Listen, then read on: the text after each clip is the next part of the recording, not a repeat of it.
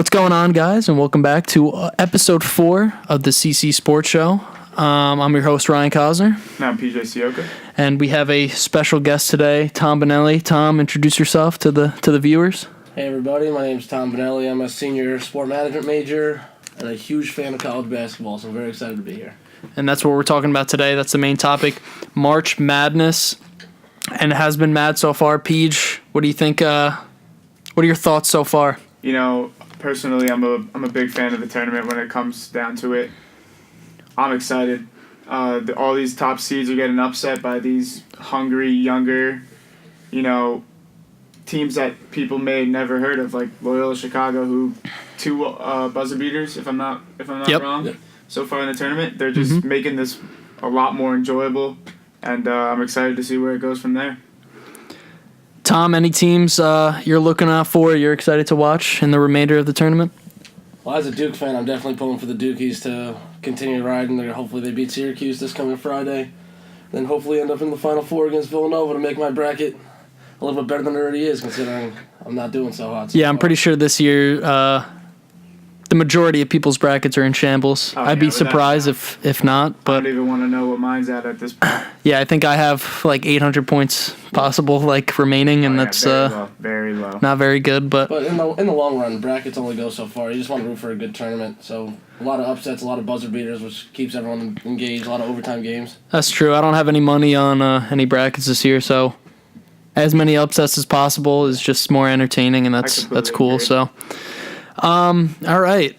Well, getting into it, just some of the things on the side I wanted to talk about. Obviously, some of these teams we're going to discuss are no longer in the tournament, just fresh off a loss, but I think they're big topics that we need to talk about. I think the first one goes without any explanation is UMBC and their legendary victory. What do you guys think about that? That was probably the greatest moment almost in college sports history. To have a 16 seed come in and take out the number 1 seed, when many teams from the beginning and throughout the season said Virginia was going to be that team to beat in the tournament because of their tenacious defense and everything like that. And for this team to just kind of play their heart out and upset them and make history was truly unbelievable. I think the big thing about that is not even that a 16 seed beat a 1 seed. A 16 seed pretty much completely embarrassed a 1 seed. They beat them by, 20 points? 20 points, yeah. 20 points, yeah. Yeah, it's a good point. It's like when I was watching, I was like, this isn't even like a 2 or a 4 point game. This is a 20-point blowout. And It's like, for something that's never been done in history, that's insane. And it wasn't against just a 1 seed in the tournament. It was against the 1 seed in all of college basketball. Yeah. If I'm not mistaken, they were 31-3 or something coming into the tournament.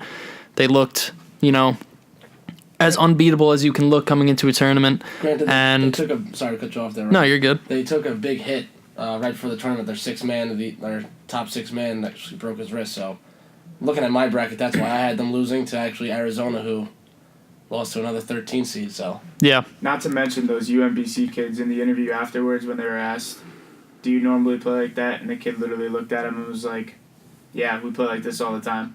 So that's how you know they were confident going into the game, and Virginia down a player, like Tom just said, I guess hurt him in the end. It's March, man. Anything could happen. That's what it comes down to. I know, and I was pulling for him in the next round too, but unfortunately couldn't get it done. But I guess the Cinderella story can only go so far, in March. But it is. There's no taking that away from them, and they'll forever be remembered for that. So we'll see. Maybe next year something else like that happens. But it's cool that we got to witness it, because it's never happened. So it's been quite the sports history we've grown up in. I think honestly, it's been one of the best in my opinion, if not the best. So moving on though, another team that is surprising everybody, Loyola Chicago. What do you guys have to say about the Ramblers right now? They're sticking around in games. They're playing hard. They're not letting teams blow them out. They're playing smart basketball. I think they actually have one of the lowest totals of turnovers throughout the tournament so far. So they're taking care of the ball. They're playing tough defense, and they're just hanging around until they get that one chance. And then, hey, like Tom said before, anything can happen. You just got to leave yourself enough room to strike towards the end of the game.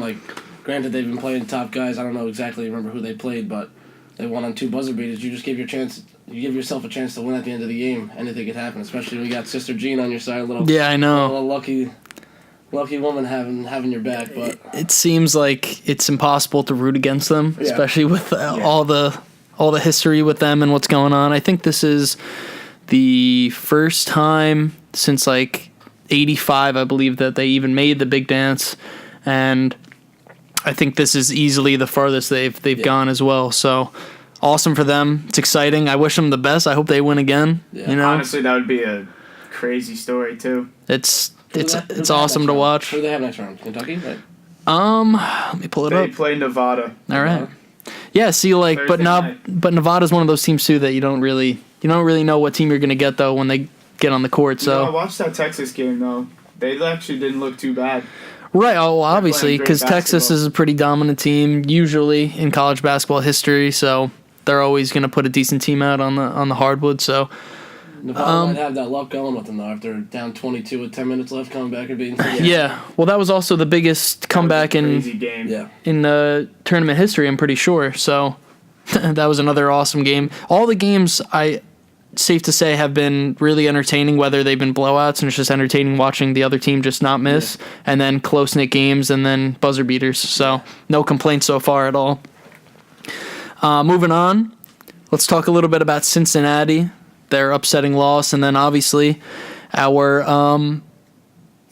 Kane Broom, former Sacred Heart Pioneer, Yeah. transferring over last year. He had a red shirt, obviously, so he didn't play last year, and getting decent minutes this year on a really competitive, obviously, team in the tournament and in the league. What were your guys' thoughts towards the end of the game? Yeah, like he was always that explosive player who had the speed, and he really worked on his game hard here. As we saw his sophomore year, he won Player of the Year, led us to the NEC tournament, and having that be a home game, which was great. It was a tough ending. I know he probably, obviously, great season, by the way, give him a little shout out. Played well, sorry it had to come to an end, but I mean, especially because he had the ball in his hands at the final, Exactly. literally closing seconds. So I mean, that play was tough. no, Got yeah, caught, and at that point, I mean, there's nothing he could really do. It was a tough play, a tough ending to the season, but I mean, hey, they made it that far, so I think he really came into his own. I'm pretty sure he ended up solidifying himself as like the sixth man, it seemed like, on the squad, which Yeah. is really saying something coming from a small D1 school like Sacred Heart. I believe he was only like a 2-star recruit or something coming out of high school, and then he had that breakout sophomore year. I think he was even 5th in the nation in scoring or something he was ridiculous. definitely top 10. So Putting Sacred Heart on the map. You just got to be happy for him going out and playing his game and getting seen on the big stage. Who knows where he has a good senior year. Who knows what could happen. Maybe go to the NBA. Be good for him. and he has another year of eligibility. Yeah. So he'll be back next year. Not to mention, another shout out we should give out to Quincy McKnight. Yeah, I was about to bring that up. Seton Hall. Yeah. They made it pretty far. Unfortunately, like Cincinnati, their run came to an end, but they were playing good basketball, and that's another fellow Pioneer who's moving to a program that's really in the up and coming. So Yeah, next let's year see he'll what have we his can do with chance. him. He'll have his chance to play, and hopefully we see Seton Hall back in the picture, back in the big dance. We could watch him on TV just like Kane next year. Hopefully, if all goes well. So, best of luck to those guys, and congrats on their programs and their transition to the bigger stages, if you want to call it that. Now, another team I wanted to talk about, another crazy upset. There's been plenty. So, Marshall winning their first game. Did you think it was a fluke, or did you think they really earned that first win? Honestly, Because they did not look good in their second game. I personally didn't catch that game, but I saw a couple highlights. I mean, they got hot, and essentially, if you get hot in the tournament, it's going to be tough for you to beat. And if a team just doesn't have it on that day, then I mean, hey, upsets happen. Yeah. And it's not necessarily to deserve it. Honestly, the 64 teams make this March Madness tournament. Them being there isn't a fluke, so them winning a game, they obviously deserve to be there if they made the tournament. If not, they'd be in the NIT tournament. So maybe it was a fluke that they won, but they deserve to be there. They got hot at the right time. Their opponent didn't. It's it's game. essentially whoever shows up. Yeah. And on that day, they just happen to be that team. I just think a lot of people were surprised, but I mean, I'm pretty sure they were a 13 seed, Yeah. so Yeah. I'm pretty sure that's going to be an upset every single time a 13 wins anyway. So it was cool to see, though. I wasn't mad. That was Yeah. exciting. Yeah. So it was just unfortunate It they definitely added some drama. couldn't find it in game 2. I'm pretty sure their leading scorer, his name is escaped my mind now, but he was dry from the field in game 2. So They weren't really hitting shots. I don't think, obviously as you progress through the tournament, the competition gets tougher. And I just don't think they just had it that game. well, it was cool that they were playing West Virginia too, their rival school. Yeah. So that was pretty cool for That them was to a meet fun up game. in They the. were talking about that too Yeah. pregame, about how like the teams are excited to play each other, kick it back to the olden days. And I'm pretty sure the mayor, hopefully I'm getting this right, but I'll say it anyway. The mayor of West Virginia is actually a Marshall grad. That is correct. So they were like, "Well, who are you rooting for? West Virginia?" And he's like, "Well, obviously got to be a two-piece suit. yeah, I got to be a little biased towards Marshall because obviously he went there." But I thought that was awesome, and I thought it was just really cool that they met up like that. The next topic, I think this is so important, and people say it all the time, and I guess it's getting cliche now. But free throws and how they're affecting these teams in the tournament, and just like in basketball in general, even in the NBA, I feel like free throws are a big part of the game that people just look over, but they're really big impacts in the game. And I know a lot of games so far this tournament we've seen be really skewed by the free throw numbers and people missing them, and these are just lost, empty points that are just left off the scoreboard for the team. And I found a pretty interesting stat here, is that only one team left in the tournament is in the top 25 in free throw percentages left for the entire season. And that team is West Virginia with 76%, and that's they're 24th out of the top 25 in free throw percentage. So not one other team besides West Virginia is even top 25 in free throw percentage on the whole season. I think that's crazy. I completely agree, and I have an example of this. The UNCG game, Gonzaga, there was a statistic that they brought up in the middle of the game, and then it carried on, and it was constant free throw, following exact free throws for both teams. And UNCG had missed 5, and they essentially lost the game by 4 points.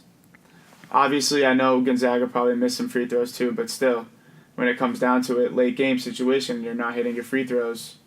Yeah. You end up coming up short. Especially like moving forward in the tournament, like as it gets to the Elite Eight, Final Four, even the championship game, like that's going to be definitely a statistic you have to look at, because as when good teams are there, it only comes down to turnovers and missed free throws, and that's what usually separates the game. That's the big difference when it comes to a 2 to 3 point game. So, be interesting to see. Yeah, it just blows my mind too, though, because a lot of these are insanely big programs and prestigious basketball programs. Don't you think free throws are supposed to be something they harp on every practice? They should be getting up 1,000 free throws every practice, something ridiculous as a team, and it's just like they just don't see success. And I feel like it's been a trend, though, over the course of the past couple of years in college basketball, is like every team seems to be getting worse at free throws instead of better. And it's funny because a lot of the smaller D1 schools are actually number 1 on the free throw list. So it's like these big schools are trying to compensate for their lack of free throw potential with just their overall skill, and I just think that's pretty interesting. Put 2 and 2 together. I guess you could use West Virginia 24 as a combination. Here they are, as far as they are, Sweet 16 now in the big dance. So, But going back on what you mentioned about all these big schools should start harping free throws, like you have to hit a certain amount of free throws before you leave. Actually, at the end of the game, Syracuse's big man got fouled by Michigan State, and they mentioned that he had to hit 100 free throws before he left the gym. 3 seconds left in the game, he ended up hitting 2 big ones, and they beat Michigan State. Another 3-11 upset. 11 the Syracuse big man Pascal or whatever, Pascal right? Chukwu. Yeah, Also a native of Connecticut. He went to Fairfield Prep, right down the street, Fairfield University. Yeah, he's actually he's friends with our housemate, actually. Yeah. Apparently he's friends with Facenda. I didn't know that, but we were talking about it when we were watching the game. But with him, he's a super tall body, not necessarily super dominant in the post, but what he does is he'll get rebounds because of his height, and he hits his free throws when he gets to the line, and like you can't really ask much more of your big man than getting the boards, offensive, defensive, and then hitting his free throws when he gets fouled. He's going to get fouled because it's just of his size. So. And I had the experience to watch him play live back in high school, and he really makes himself heard out there. He's huge, and he just towers over you. He's athletic, and he can, like you guys said, he can hit his free throws. Obviously, Tom said the kid took 100 free throws and wasn't allowed to leave until he hit all 100. So, I mean, he's working hard, and they look good. And those are the guys you want on the court when it comes down to it. The rebounders, the guys that play defense, do the extra dirty work and hit the free throws. So, be interesting to see how teams go moving forward. So out of the teams remaining, just moving on, trying to carry this along, if you had to give me a top 5 of the teams remaining, Peach, starting with you, what teams do you think you would put in your top 5 remaining right now? You know, I really like the way Villanova has been playing and carrying themselves all year. You know how everyone says how they're not really that good, and how some of their players are not as good as people think, but they've been playing together for how long now? I feel like Jalen Brunson's been there for 5 years, and he's just getting better each year. And not to mention Duke. I know you guys are both fans. They look phenomenal. Coach K has the young guys working with Grayson Allen. Grayson Allen's being a leader, and I'm going to tell you they're going to be tough to beat. I would have to say Kentucky. I know I'm not really a big fan of Kentucky just because of all the hype they get. They get talked about all the time, you know. But they are playing good basketball. The freshmen are starting to really mesh and get the feel of college basketball, you know, because they're so young. I think they're one of the youngest lineups, right? They are. But they look good. They're playing good basketball, and Calipari is a genius. So yeah, definitely they can make a run. Another team, my sleeper is going to be Michigan. Okay. You know, last year with that whole plane incident, they had to arrive literally the same day without jerseys and play in the Big Ten tournament. Like pennies, right, or something? Yeah, they were wearing their practice pennies, I'm pretty sure. And they ran through that tournament and won it all, got a bid to the tournament, and then won a couple games. They're always good. I like their team a lot, and we'll see what they can do. Yeah, I agree with PJ. That I've had that as my Final Four out of the teams remaining. With that being said, I feel like Duke and Villanova are a lock for the right side of the bracket. They'll definitely meet in the Final Four. Like, granted, there's some 20-point games, but just watching the highlights of Duke and the highlights of Villanova, they've won both their games by at least 20 points, the last 2 by 25, and it's not like they're that much better than their opponents. They're just playing like it right now. Just both offenses are clicking, playing great defense, hitting all their shots, making their free throws, and just playing smart basketball, and that's what it comes down to in the tournament.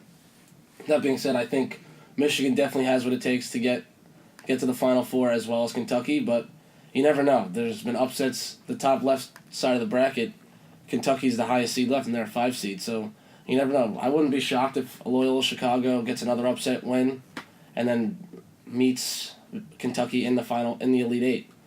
I'm honestly hoping for it, but you never know what will happen with the left side of the bracket. I feel like that's the big toss-up, and the right side is more of the set lock of Duke Villanova in the Final Four. As for me, it's a little interesting. I picked my top 5 remaining right now, and I'll probably have a couple teams in there. Yeah, a couple teams in there that a lot of people maybe not agree with, but I have some reasoning for each one, so I'll get into it. But number 1, I have Villanova, obviously. We already said a bunch about them. My reasoning mainly is they're coming off 2 very convincing 20-plus point victories. Didn't look like they really even broke a sweat when they were playing. And I think they're staying true to their number 1 seed that they were given. I think they deserve it, obviously, from their season and how they're performing so far in the tournament. And with both their key players, Brunson and Bridges on the floor, they were averaging like a ridiculous, almost 1.5 points per possession, which is pretty insane to think about.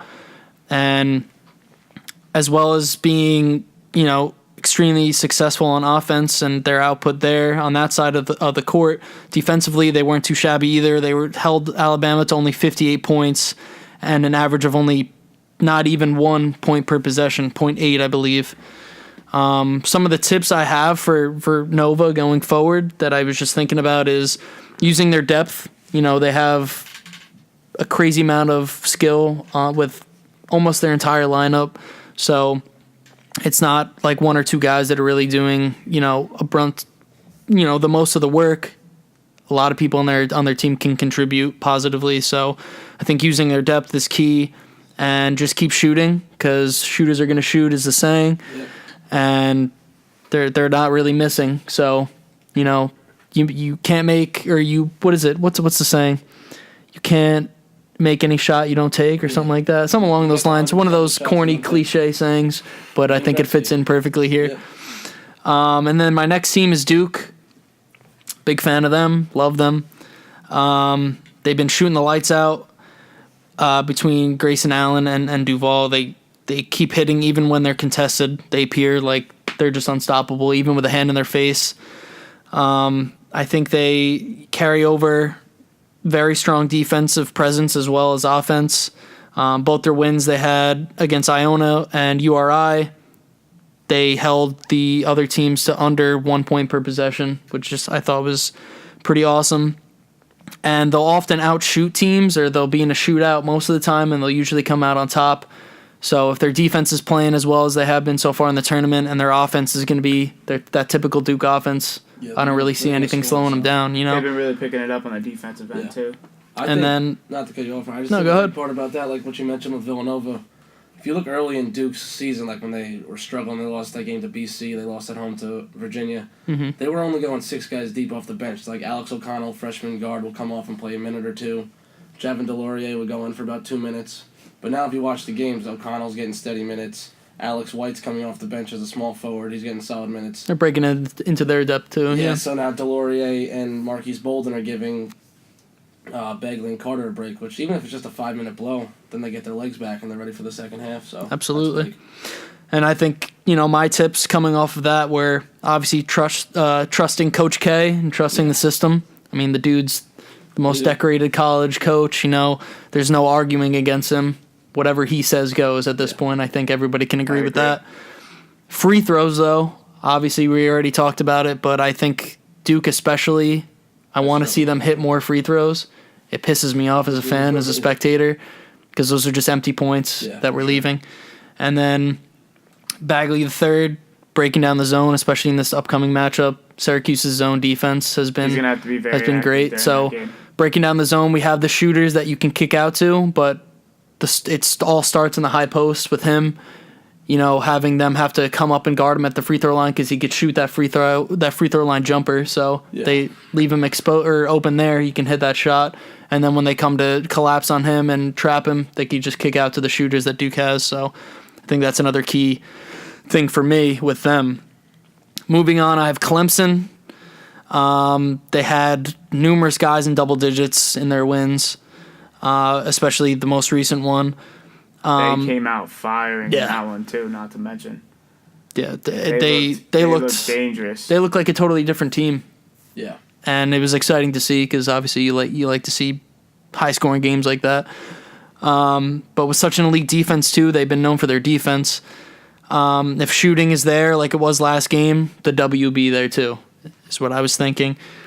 The team is shooting over 50% from the field in both games so far, and momentum is high after their blowout over Auburn. So I think they ride the wave of that momentum and they carry it on. Next round, right? Kansas?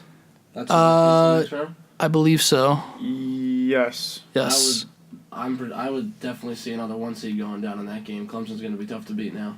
Right, especially coming off the win they just had. They're on a high note right now. Like I said, ride that momentum. I think some of the things that I brought up were embracing the limelight as well. Yeah. Because this is their first Sweet 16 appearance in 20 years, I think the stat was, or the number was. So instead of being nervous, embrace where they are, take in the atmosphere, and have fun with it.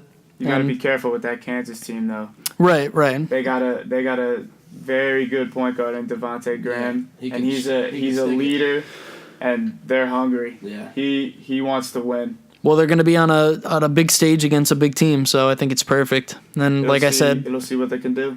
Ride their confident, ride the wave of their momentum, and don't get complacent just because of their blowout victory that they just had. So think that's big going into next game. Moving on, next team is Texas A&M. Some people might not agree, being in the top 5 of who's remaining, but give a couple reasons why. Over the course of the season, they had issues with some injuries and some conduct of their players, and they got rid of some. So I think the new mindset for Billy Kennedy and the Aggies in general, I think it's really showing up. And in the tournament so far, I think it's been great. They cleaned up the program, like I said, after the injuries and suspensions so far this season. And they had 2 big talent tests that they passed with flying colors, I think, so far in the tournament. So can't ask for much more than them. They looked really good last game. Some of the tips and key points I brought up were keeping up the same intensity and mindset coming off the UNC blowout, against the defending champs. Yeah. So that's obviously a huge statement win. I know, Peach, you probably weren't too happy about that being a UNC fan, but yeah, it was a little tough to see. But I mean, hey, you got to hand it to the Aggies. They looked good. They came ready to play, and maybe they caught off a not ready UNC team. And obviously, confidence. That's a big thing. Exactly. They're here for a reason. Yeah. Continue that. And I think they should attack Michigan fast and as aggressive as they did UNC last game, because Michigan right now, although they've always been a great team and they're a great team still, they've been looking kind of shaky so far in the tournament, kind of squeaking by a couple games. Vulnerable, so that's what I'm saying. Yeah, attack them when they're vulnerable and see what good things could happen. And rounding out my top 5, Syracuse Orange. Why? I'll tell you why right now, all right? Mm-hmm.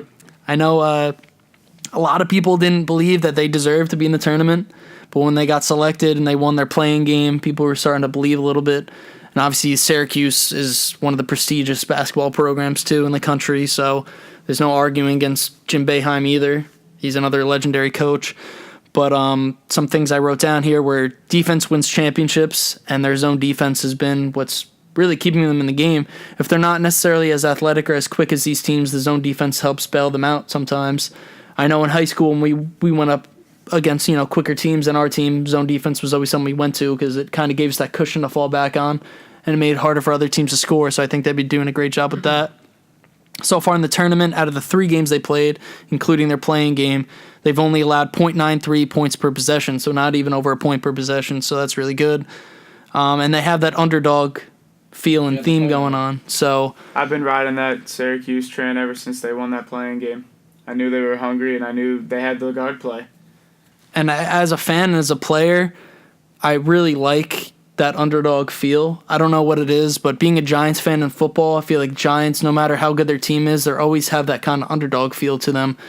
And I just feel like it makes winning way more fun and, makes the people the players and the fans cheer harder, but the players to play harder too. So hopefully they carry that over. But when you see Syracuse on the court, no matter what they're ranked, if it's 11 like they are this year, whenever Syracuse is on there, the program speaks for itself. Jim Boeheim speaks for itself. Whenever they're going to give a good game no matter who they're playing, especially like with a team with like Duke. Duke can shoot the lights out of the gym, but say they start missing a couple of their shots, they start to press up a little bit, it can easily upset Duke, as sad as it sounds as a Duke fan, but it can definitely happen. Syracuse Orange can definitely score themselves. They have a lot of hard scorers, and they play hard defense. That's what it comes down to. They're a dangerous team no matter their rank. And I think Battle and Brissett continued success this tournament. If they keep that going, they have a good shot. Obviously, they've been doing very well so far. And I think another big part of it is Syracuse using their non-star people on their team that might start but don't really produce too much other than minutes, and their bench getting into it a little bit. Against TCU, I'm probably going to butcher his name because he's a foreign kid, but I'll try. Marek Dolazaj or something like that. He was 8 for 13, 61% from the field with 17 points versus TCU, so it was career highs for him in every category. I think he was averaging around 5 points this year, and he puts up 17 against TCU, and that was a big impact in that game. That's really what helped him win that game. So, efforts. The tournament is so cool because you can have a player like that have one big game, and that really helps him in the tournament because it's a tournament system, so it's like it doesn't really need to be consistent all year. And if you have people get hot randomly in the tournament, continue. So, and then just the tips for them, trusting Boeheim, just like Duke trusting Coach K. 2 great coaches, so I'm sure he has game plans set out and ready to go for them. Continue to lean on their successful zone defense, but I think the big thing that I noted was they need to also be prepared to adjust defensively despite their success with the zone, because if Duke is going to try and abuse it, like we mentioned, and that's obviously going to be their game plan going in, they got to be able to adjust, or else it's just not going to be close if they don't, and capitalize on maybe Duke taking them lightly, thinking that they have a free entrance into the next round. Another So 20-point game ahead of them. That's what they right, think. but that wraps up my top 5 and just some tips, for each team and just things that I thought were the main points to focus on. But are there any other teams that you're kind of worried about or interested to see? I just think as much talent there is in the tournament, it always kind of like funnels down to the top coaches in the nation. You got like a Coach K, a Calipari, a Boeheim. Like those are the coaches that you think will always be towards the end. Even like looking in the past about it was a Brad Stevens of Butler, Shaka Smart of VCU or Wichita State, whatever one that was. But usually the coaches help push the talented teams the extra step, which is definitely what I think about when making my bracket, and it's interesting to see how it all plays out no matter what the seeding of the teams are. I also wouldn't sleep on that Florida State team, though. Coming off a huge upset of number 1 seeded Xavier, who many said could have been the team to be playing in that national championship game. And I think they're definitely riding high, and they're not a team to take lightly. So we'll see if they can continue. I think they got Gonzaga correct, if I'm not mistaken. I believe so, yeah. Yeah. So then again, that's another team that's been around for a while, so they have a lot of experience. So that game should be something that we should watch for. I want to see going forward, I want to see the teams making more free throws. Yeah. I don't know. It's not going to change overnight, but I just want to see it for my own sanity. Yeah. Because I feel like that's been I completely agree. drilled into the heads of every basketball player who ever played that you need to make those. And I think the games will be a lot closer, if so. Not like they haven't been close already, but I think it'll be even more interesting going further. And honestly, as just a spectator of the game and the tournament, maybe a couple OT games wouldn't be so bad. I just wanna watch- turn up. So I just want to watch entertaining games. That's it. So Yeah. I don't have really much else to ask for. Obviously, being a Duke fan, I would like to see them come out on top. But if not, they've proved people wrong though in the tournament so far. I think a lot of them were expecting them to flop and have terrible performances, and they've had 2 really dominant ones. So I think they shut the haters up a little bit. We'll see. And then I just want to see entertaining games here on out, and hopefully. It'll be exciting. As a guest, I have a question for you two guys. Okay. You say you want to see the entertaining games, but would you want to see like another full round of upsets, and then the Final Four is all like not the 1, 2, and 3 seeds? Because that's usually what people complain about, how it was a boring championship game, like a 7 versus 11, or would you rather see a 1 versus 3 or a 1 versus 1? I like the drama that goes into all these upsets. You got these kids who go to maybe smaller schools who come in and they literally play their heart out. They leave it all out on the court, and I think that just makes for a better game. And if they keep winning games, keep upsetting these big-time schools and getting recognized for it, it not only benefits them, obviously, in the moment and as a team, but it benefits the university and gains coverage for them who maybe aren't used to it. So I personally like the drama. I know it hurts my bracket and everything, but in the end, I like seeing the emotion of all these kids who never experienced this moment. It's like a once-in-a-lifetime opportunity. And like inevitably, it might actually lead to the future of these programs like being more successful in the tournament, because now maybe Loyola Chicago will get a top 25 recruit rather than him going and be the 4th guy off the bench for Duke or the 4th guy off the bench for Kentucky. Right. He'll try and be the guy for Loyola Chicago and make that another tournament run. And even not even with the teams, but with the university or the college in general. I remember we had that year Florida Gulf Coast got a couple wins in the tournament, and people weren't really expecting them to do anything. And then enrollment that next year skyrocketed because everyone's like, I want to be a part of that program. Not to mention that was awesome. Around the tournament too. Yeah. Almost every. They're usually in the conversation. Yeah.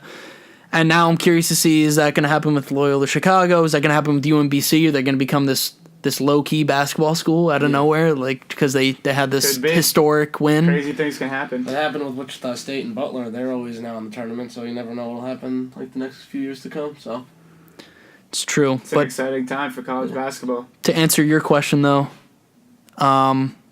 it's tough because, like I said, I am a Duke fan. If Duke wasn't in the question right now, I would absolutely 100% say, yeah, give me all the upsets right now and just make it the most entertaining March Madness I've seen in a while.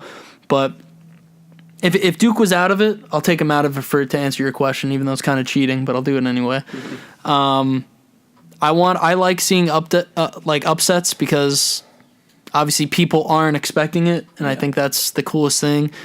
And college basketball, anything can happen. We've said it numerous times. Everybody's said it. So I think upsets are better for the viewing experience. makes March Madness. And it makes the name actually It makes the tournament make sense. Yeah. So mayhem breaks loose. So great things covered here today on this episode of the CC Sports Show. March Madness is continuing, so next episode I'm sure we'll wrap up what's been happening in the tournament. Next week, when's the Final Four and the championship game supposed to be? When's it scheduled for? Championship's April 2nd. April 2nd? Okay, I know the games are Thursday and Friday this week.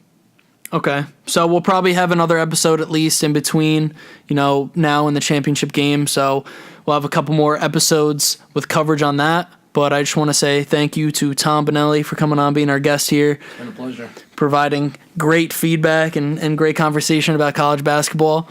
And we'll just conclude this episode, number 4 of the CC Sports Show. Thank you guys for tuning in, and we will see you guys next week.